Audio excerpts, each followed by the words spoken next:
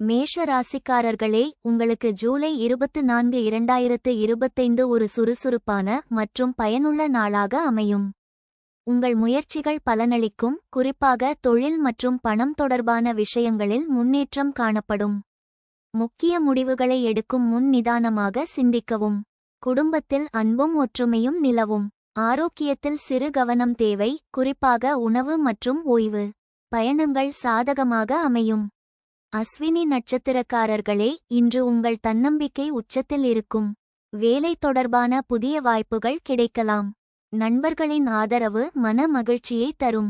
பண விஷயத்தில் திட்டமிடல் முக்கியம்.